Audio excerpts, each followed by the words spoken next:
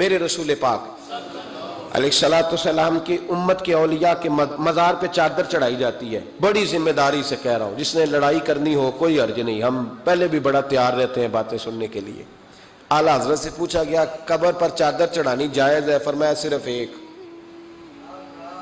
صرف فرمایا اگر بوسیدہ ہو جائے, پھٹ جائے, یا کسی کا بدلنے کا ارادہ ہو, ہوتا ہے نا تبرکن, وہ اتار لیتے ہیں تو نہیں. پھر فرمایا 2 چادریں قبر پہ چڑھانا جائز. یہ میرے اعلیٰ حضرت کا فتویٰ ہے. فاضل بریلوی فرمایا کرتے تیرا بڑا دل کرتا ہے نا تو تو اس چادر کی عوض 2 جوڑے خرید کے کسی غریب کو دے اور اس کا ثواب صاحب مزار کو دے دے. کتنی چادریں بولے؟ میں ایک جگہ پہ گیا تو اتنی قبر اونچی نہیں تھی جتنی چادریں تھیں, تو میں نے ان سے کہا اتار دو, دلیل بھی دی, کوئی نہ ماننے لگے. اب ہر آدمی کا اپنا مزاج ہے نا سوچنے سمجھنے کا. وہاں ایک ملنگ بیٹھا تھا جو زیادہ ہی سادہ تھا, میں نے کہا اتار دے چادریں, بابا جی کو کون سی سردی لگ رہی ہے جو اتنی چادریں ڈال دی, اتار دے. لیکن لوگ ماننے کو تیار نہیں ہوتے. ایک چادر چڑھائیں گے مزار پر, ہاں مزار پر پھول ڈالیں. میرے رسول پاک علیہ السلام گزر رہے تھے تو 2 قبروں کے پاس سے حضور کا خچر گزرا. خچر بدکا, حدیث بخاری ہے, خچر بدکا. سرکار اتر گئے. حضور نے فرمایا یہ خچر بھلا کیوں بدکا ہے میرا؟ ان 2 قبروں پہ عذاب ہو رہا ہے. قبروں کے اندر عذاب ہو رہا تھا. جس خچر پر حضور بیٹھ جائے اسے بھی اللہ غیب کی نظر عطا فرما دیتا ہے. اسے بھی سمجھ آ گئی کہ اندر عذاب ہو گئے. خچر پر حضور بیٹھے. حضور صلی اللہ علیہ وسلم نے فرمایا 2 پر عذاب ہو رہا ہے, اور وجہ کیا ہے؟ ایک بندہ پیشاب کے چیٹوں سے نہیں بچتا تھا, دوسرا غیبت کرتا تھا, لہذا عذاب ہو رہا ہے. بچنا چاہیے نا ان دونوں چیزوں سے. میرے حبیب پاک نے فرمایا 2 ٹہنیاں توڑ کے لاؤ. 2 ٹہنیاں لائی گئی, حضور نے قبر پہ ڈال دی. فرمایا جب تک یہ خشک نہیں ہوں گی قبروں کے عذاب میں تخفیف رہے گی. قبر پہ پھول ڈالے, پھول جب تک تر و تازہ رہیں گے عذاب میں تخفیف رہے گی. بات کی سمجھ آ گئی؟ اب تو لوگ کہتے ہیں دلیل دو جی, قبر پہ بیٹھ کے قرآن پڑھنا جائز ہے. لو دلیل سن لیں, مشکات کی حدیث ہے. میں نے کہا تھا جلدی میں آپ کو ساری باتیں سے, مضمون یہ بڑا طویل ہے, ہر پہلو پر بات کھول کے کی نہیں جا سکتی. قبر پر کھڑے ہو کے قرآن پڑھنا یا تلاوت کرنا یا اصحال ثواب. سنو, مشکات میں حدیث ہے, کتاب الایمان میں رسول پاک پڑھیے درود شریف صلی اللہ تعالی علیہ وسلم. حضور صلی اللہ علیہ وسلم نے حضرت سعد بن معاذ کا جنازہ پڑھایا, پھر حضور قبر پہ کھڑے ہو گئے اور نبی پاک تسبیح پڑھنے لگے, سبحان اللہ والحمد للہ ولا الہ الا اللہ واللہ اکبر. پھر حضور نے پڑھا سبحان اللہ والحمد للہ ولا الہ الا اللہ واللہ اکبر. حضرت انس بن مالک کہتے ہیں حضور کے چہرے کا اچانک رنگ بدلا, آنکھوں میں آنسو آئے. حضور نے زور سے پڑھنا شروع کر دیا سبحان اللہ والحمد للہ ولا الہ الا اللہ واللہ اکبر. کہتے ہیں حضور نے زور سے پڑھا, آہستہ آہستہ محبوب کے چہرے پہ خوشی آنے لگ گئی. جب حضور فارغ ہو گئے, دعا مانگی, نکلنے لگے تو عرض کی یا رسول اللہ یہ کیا تھا؟ حضور فرمانے لگے تمہارے بھائی کی قبر تنگ ہو گئی, میں نے تسبیح پڑھی ہے تو اللہ نے اس کی قبر کو کشادہ کر دیا ہے. اللہ نے اس کی قبر کو, تو پھر اس کا مطلب ہے قبروں پہ کھڑے ہو کے تلاوت کرنا, عبادت کرنا, ان کے لیے کوئی تسبیحات پڑھنا, یہ نبی پاک کی سنت ہے صلی اللہ تعالی. یہ مسئلہ بھی سمجھ میں آ گیا. اب آگے چلتے ہیں. کہتے ہیں جی ختم, پھر آخر میں ختم شریف ہی رہ جاتا ہے کہ وہ ختم شریف نہ پڑھیں. اگر آپ مجھ سے میرا چھوٹا سا تجربہ پوچھیں نا, تجربے کی بات یہ ہے کہ اب ختم نہ دلانا فیشن ہے. اب یہ فیشن ہے کیونکہ اب لوگ کام وہ کرنا چاہتے ہیں جو باپ دادا نے نہ کیا ہو, تھوڑا سا انوکھا کام, ذرا سٹائل ذرا ہٹ کے. کیونکہ ختم دلانا بزرگوں کا طریقہ چلا آ رہا ہے, کہتے ہیں ختم دلاتے ہیں. بڑی معذرت کے ساتھ کچھ باتیں مجبوری ہوتی ہیں, وہ ہماری مجبوری ہوتی ہے. ہم پر سوالات کیے جاتے ہیں تو ہمیں پھر اپنی جماعت کی ترجمانی کرنی پڑتی ہے, اور بعض جگہ پہ دل نہیں کرتا بات کرنے, طبیعت نہیں چاہتی, بلکہ یوں سمجھ لیں کچھ لوگوں کو ہم اس قابل نہیں سمجھتے ان پر بات کی جائے. لیکن پھر بھی بات, جب سوال اٹھتا ہے تو بات کرنی. میں نے بڑا عرصہ پہلے کہا تھا کہ عیسائی ہو نا, غریب ماڑا, تو لوگ پوچھ لیتے ہیں اس کے ساتھ کھانا کھانا جائز ہے, پوچھ لیتے ہیں نا. اگر ٹرمپ آ جائے تو جی وہ بھی صحیح ہے کہ نہیں؟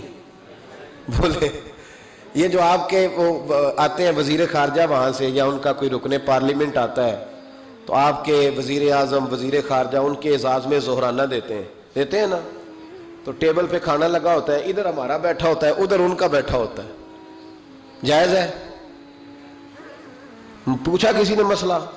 کیوں؟ وہ تگڑا ہے اس لیے؟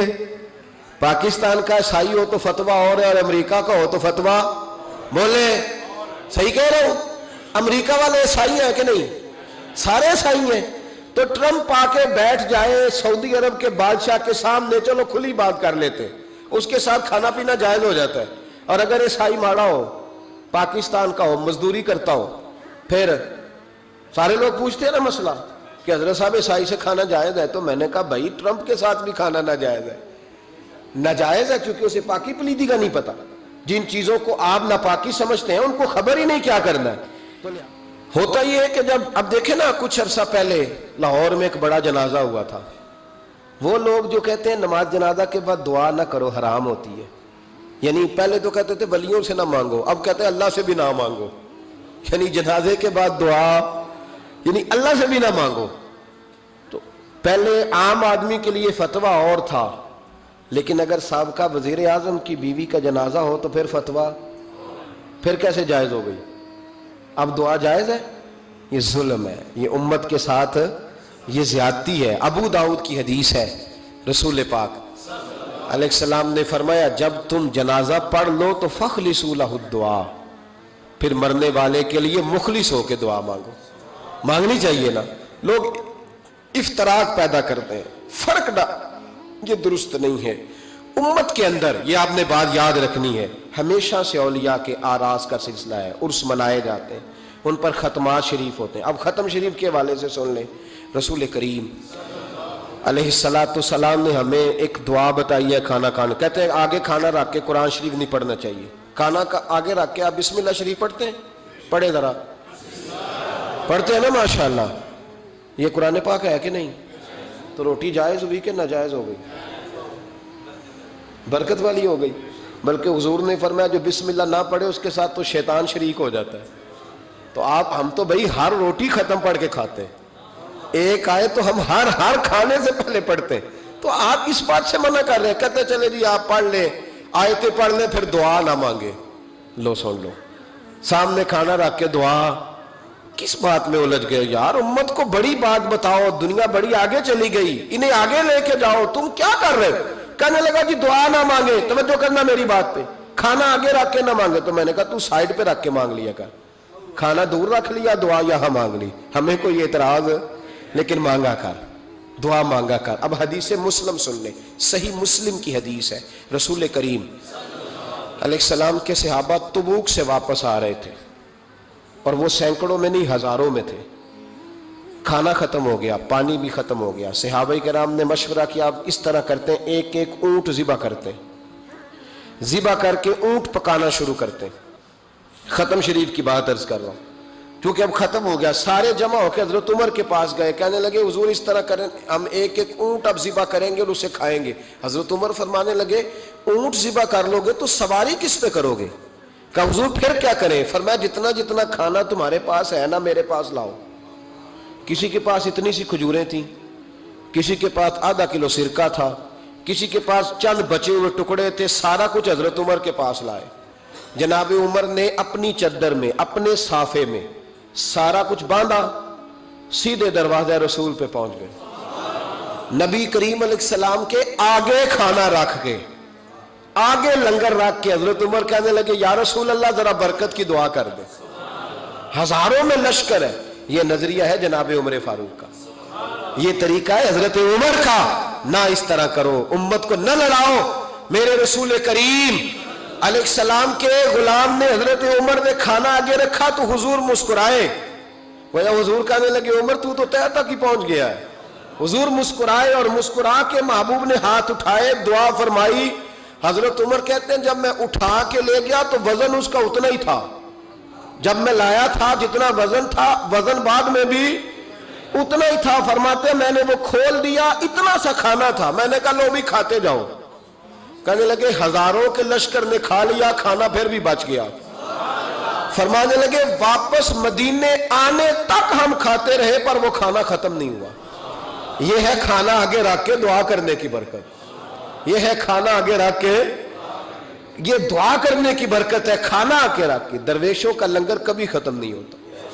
درویشوں کا لنگر کن کا میں کن فصلہ ٹے کن ہووے بخت سواللہ دنیا آوے کھا کھا جاوے راضی ہووے بلا. درویشوں کا کبھی لنگر ختم تو جاری رہتا ہے. ان کے آستانوں پہ ہمیشہ لنگر ختم شریف پڑھنا، اصالِ ثواب کرنا، یہ ہمارا طریقہ ہے.